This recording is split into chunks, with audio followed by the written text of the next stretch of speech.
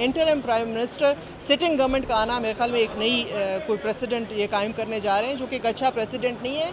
इस बात को मद्देनज़र रखते हुए कि अभी 45 दिन के बाद इनकी हुकूमत के टोटल मेरे ख्याल में 4 या 5 माह रह जाएंगे नए इलेक्शन से पहले और नए सेटअप जो इंटरिम सेटअप के आने से पहले।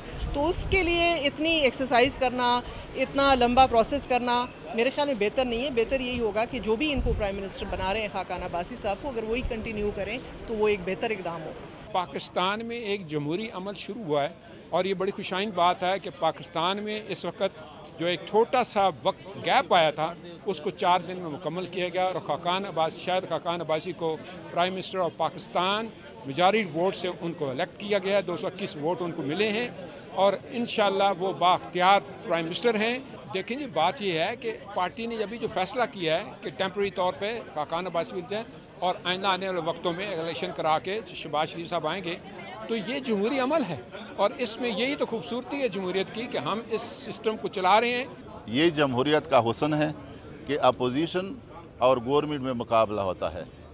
अभी एक महीने की इधर से हटा है, ये भी एक कुव्वत की बात है कि 45 दिन के अंदर भी हम वज़ीर आज़म बना सकते हैं और 45 दिन के बाद भी। मेरी दुआ है कि वो डिलीवर कर पाएँ और एक कठपुतली की तरह ना चलें।